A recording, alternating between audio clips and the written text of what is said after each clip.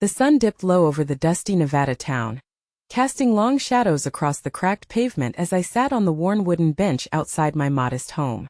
The air was dry, carrying the faint scent of sagebrush mixed with the distant hum of cicadas settling in for the evening. I traced my fingers along the edge of the faded quilt draped over my knees, a quilt stitched with memories from a life that had been both simple and hard-earned. For nearly 50 years, I had worked with calloused hands and an unwavering spirit, saving every penny from odd jobs, babysitting, and cleaning homes just so I could have a small nest egg for my retirement. It was my safety net, my promise to myself that after decades of sacrifice, I would finally rest. I thought about the first time I put money aside for that dream. A crisp $20 bill slipped carefully into a battered tin box, hidden beneath the floorboards of my closet. Back then it was just a hope scribbled in my mind, a future filled with quiet mornings and afternoons spent tending my garden. Over the years that hope had grown, nurtured by countless late nights and early mornings, by meals skipped and shoes worn thin. The savings grew slowly but surely, a beacon of security in a world that often felt unstable. My family was small but close-knit. My late sister had left her son, my nephew, in my care after her passing. I had watched him grow from a mischievous boy into a young man with bright eyes and dreams too. He was the family I had, the blood that tied me to the future. I trusted him implicitly, believing that love and loyalty would guide him as they had guided me through so many storms. But tonight, as I sat alone in the soft glow of my kitchen light, that trust shattered like thin ice beneath a heavy step. It began with a letter. A formal notice slipped through my door with no warning. The words blurred before my eyes as I read and reread, disbelief rooting me to the spot. The bank had frozen my accounts, citing suspicious activity. Confused and frightened, I made the long drive into town the next morning, clutching the letter like a lifeline, hoping for answers that would explain the nightmare unfolding around me.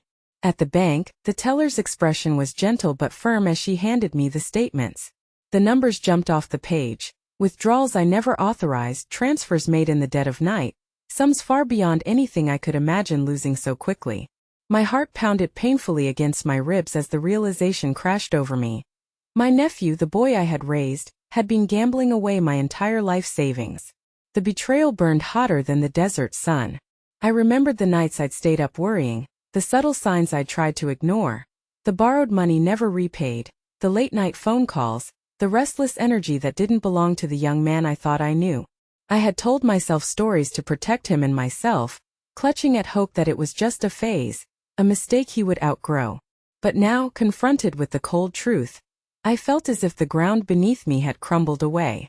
Driving back home, the world outside my car window seemed unreal, distorted by tears I refused to shed. How could someone I loved so deeply betray me like this? How had I missed the warning signs for so long? The savings I had painstakingly built over decades, the future I had envisioned for my twilight years, all vanished into the reckless hands of a gambler chasing a losing streak. At home I sat in silence, the house feeling emptier than ever. The quilt on my lap suddenly weighed heavy with the memories it held, reminders of a past I could no longer safeguard.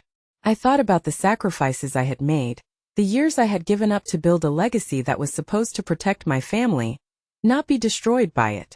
Yet, beneath the despair, a flicker of something stubborn remained. I wasn't ready to surrender to this betrayal, no matter how deep the wound. There was a story still unfolding, and I was determined to face it, even if it meant confronting the hardest truths. But for now, as the evening shadows grew longer and the night crept in, I allowed myself a moment to mourn what was lost: trust, security, and the dream of a peaceful retirement. Tomorrow I promised myself I would begin to fight back. I sat by the kitchen window the next morning, the pale dawn light filtering through the lace curtains, casting fragile patterns across the worn tabletop. My hands trembled as I cradled a cup of lukewarm coffee, though I barely tasted it. The house was quiet except for the ticking of the old clock on the wall, a relentless reminder of time slipping away, of moments lost and mistakes made. Memories flooded through me, unbidden and sharp. I thought back to the subtle signs I had dismissed, the whispers of doubt I had pushed aside in the name of family loyalty. How many times had I noticed the empty pockets, the unexplained absences, the borrowed money that was never mentioned again? Once I had found a deck of playing cards hidden beneath his bed, A careless souvenir from late nights I never fully questioned. I told myself it was harmless fun, a youthful escape from the hardships we'd all endured. But beneath that denial there was an ache, a gnawing suspicion I refused to face. I had convinced myself that love meant turning a blind eye, that accepting him meant ignoring his faults. Now that acceptance felt like a shackle, binding me to a painful truth I wasn't sure I could bear. I clenched my fists, fighting the swell of guilt rising in my chest. Had I been too lenient? Too trusting? Did my silence enable this destruction?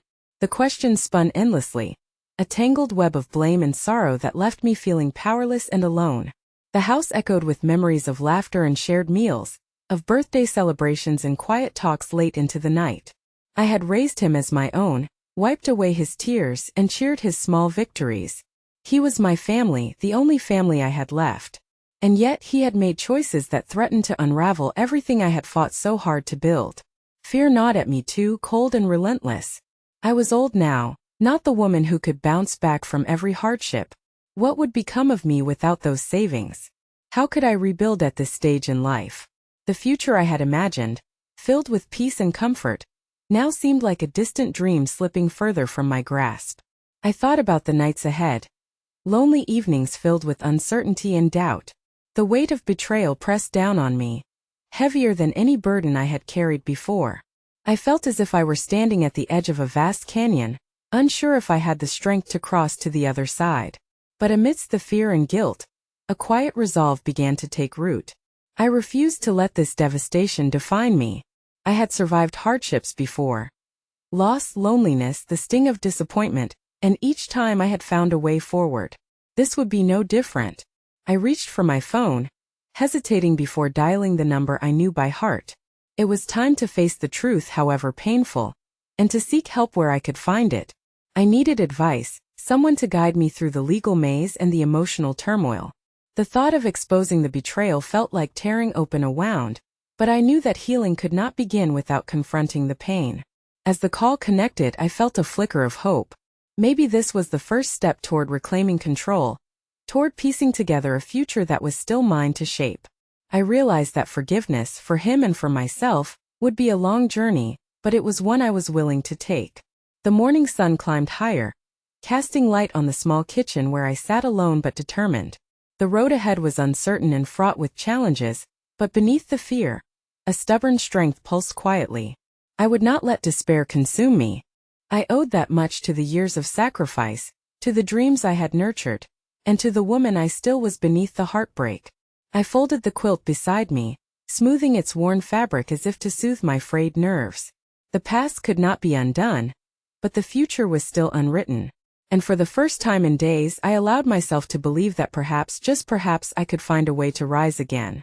The morning light spilled through my kitchen window, illuminating the worn wooden table where I sat, surrounded by papers, receipts, and the last remnants of my dwindling savings. My fingers trembled slightly as I counted the bills and coins left to me. A small fortune compared to nothing, but a fraction of what I had lost. The feeling of loss was still raw, but beneath it, a spark of determination blazed quietly, refusing to be extinguished. I had always believed in hard work and perseverance. If life had taught me anything, it was that even the darkest storms eventually gave way to clearer skies. So, despite the heavy weight of betrayal, I resolved to take control of my fate. I would no longer be a passive victim of circumstance. It was time to bet on myself. For days I researched every possibility. Small business loans, community grants, even local workshops on entrepreneurship. At my age, starting over was daunting, but I refused to let fear dictate my future. I remembered the corner store down the street, long closed, its windows dusty but its walls still standing strong. What if I could breathe new life into that place? Turn it into a small cafe or a neighborhood shop where folks could gather, share stories and find comfort. The idea kindled hope where despair had once lived. With the little cash I had left, I made a down payment to rent the space. I spent hours cleaning and repairing, scraping away layers of neglect until the walls gleamed and the floors shone. Neighbors stopped by, curious and supportive, offering old furniture, homemade decorations, and words of encouragement. Their kindness reminded me that I was not alone, that community could be a powerful force in healing and rebuilding. The first few weeks were a whirlwind of exhaustion and exhilaration. I learned to manage inventory, balance accounts, and serve customers with a genuine smile, even when my hands ached and my spirit wavered. Slowly, the business grew. Not into a bustling empire, but a modest, steady source of income and pride. Each sale, each friendly conversation, was a small victory against the darkness that had threatened to consume me. One afternoon, as I wiped down the counter, a regular customer handed me an envelope with a knowing look. Inside was a modest check with a note. "For your courage and hard work. Keep betting on yourself." Tears pricked my eyes. In that moment I realized that my gamble had paid off. Not just in dollars, but in renewed strength and self-belief. I was no longer the woman broken by betrayal. I was a woman who had refused to be defeated. The scars remained, but they were now marks of survival, not surrender. With every step forward, I reclaimed a piece of the future I thought I had lost. Still, the journey was far from over. The business was a lifeline, but the wounds from my nephew's betrayal still throbbed beneath the surface. I knew that facing him, confronting the pain directly, was inevitable. But for now, in this small sanctuary I had carved out, I found the courage to believe that healing was possible, and that sometimes the greatest bet we can make is on ourselves. The day I decided to confront him, the air felt heavy and thick, as if the desert sky itself was holding its breath. I stood outside the faded house where my nephew had been living, my heart pounding in my chest like a drum. The door creaked open before I could even knock, and there he was, eyes weary, shoulders slumped, a shadow of the boy I once knew. For a moment neither of us spoke. The silence stretched, laden with years of unspoken pain and broken trust. "I need to talk to you," I said finally, my voice steady despite the storm swirling inside me. He nodded, stepping aside to let me in. The house smelled of stale smoke and regret, the walls whispering stories I wasn't ready to hear but had to face. We sat across from each other at the worn kitchen table, the same one where I had once celebrated his birthdays and shared meals. Now it was a battleground for truths long buried. I looked into his eyes, searching for the boy I had raised, the family I believed in. "You gambled away my savings," I began, the words tasting bitter on my tongue. "The money I worked my whole life to save. Money I was depending on for my future." He swallowed hard, avoiding my gaze. "I didn't mean for it to get this bad," he whispered. "I thought I could win it back. I was stupid and I'm sorry." The apology hung in the air, fragile and insufficient. Years of betrayal and disappointment couldn't be undone with a few words. But beneath his regret I sensed something more, a glimmer of remorse that maybe, just maybe, this could be a turning point. "I loved you like my own son," I said quietly. "I protected you, believed in you. But this broke me. I don't know if I can trust you anymore." He looked up then, eyes glistening with tears. "I want to make it right. I'll do whatever it takes." His words were a beginning, not an end. I knew forgiveness wouldn't come easily, and trust would have to be rebuilt brick by brick. But if he was truly willing to change, to face the consequences of his actions, then maybe there was hope for us yet. I set firm boundaries that day, no more borrowing money, no more lies. I told him I needed time, space to heal, and that I would hold him accountable. It wasn't easy, and there were moments when anger flared and old wounds reopened. But as days turned into weeks, I saw small changes. A willingness to seek help, to be honest, to take responsibility. The family dynamics shifted in ways I hadn't expected. Some relatives judged me for confronting him, saying I should have been more forgiving, more understanding. But I realized that love wasn't about enabling destruction. It was about holding each other accountable, even when it hurt. Through it all, my strength surprised me. I was no longer the quiet woman crushed by betrayal, but a force standing firm against the tide of pain. My resolve commanded respect, not just from my nephew, but from those around us. Change was possible, but only if I protected myself in the future I was still building. That afternoon, as the sun dipped low and cast golden light through the kitchen window, I felt a fragile peace settle over me. The road ahead was uncertain, but for the first time in a long while, I believed we could walk it together, honestly, carefully, and with hope. The morning light poured through the windows of my little shop, bathing the worn wooden floors in a warm glow that felt like a promise of renewal, of hope, and of hard-won peace. I stood behind the counter, watching as familiar faces filtered in and out, Neighbors whose smiles and greetings had become a balm to my soul. The past months had been a journey through pain and resilience, but now, as I took a deep breath, I felt the weight of that journey settling into something lighter, something stronger. I thought back to the day I decided to share my story with a local journalist, a woman with kind eyes and a gift for uncovering the truth. I handed her the evidence I had gathered, the bank statements, the letters, the proof of betrayal that had shattered my world. I wanted the truth to be known, not to cast blame, but to shine a light on the reality many face behind closed doors. The article that followed was both a revelation and a vindication. It told of a woman who had lost everything to gambling, but who refused to be broken. The community's response was overwhelming.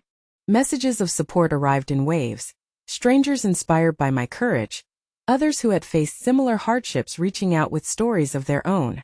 Sympathy poured in not for the gambler who had betrayed me, but for the woman who had fought to reclaim her life. It was a turning point, a moment when the narrative shifted from victimhood to victory. My nephew, too, faced the consequences of his actions. The public exposure brought accountability, forcing him to confront the damage he had done not only to me but to himself.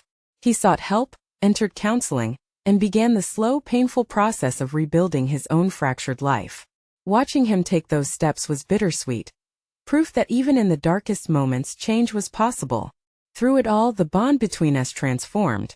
It was no longer built on blind trust or misplaced loyalty, but on honesty, responsibility, and a fragile hope for redemption. We were learning to navigate a new relationship, one that acknowledged the past but looked toward the future. As for me, I found strength I hadn't known I possessed. The business flourished modestly, but more importantly, I had reclaimed my independence and my dignity. I was no longer defined by loss, but by the courage to fight back, to stand tall amidst adversity. The quilt that once weighed heavy on my lap now felt like a comfort, a symbol of the life I had stitched together from threads of pain and perseverance. In quiet moments, I reflected on the journey, from the shock of betrayal to the triumph of resilience. I realized that betting on myself was the most courageous act I had ever undertaken. It was a reminder that no matter how deep the wounds, there is always a way forward. Love and loyalty may be tested, trust may be broken, but with truth and determination, healing is possible. And so, as the sun set over the dusty Nevada town, I stood by the window of my shop, watching the world move on, grateful for the strength to face whatever came next. My story was far from perfect, but it was mine. A testament to the power of hope, the necessity of courage, and the unbreakable bond of family.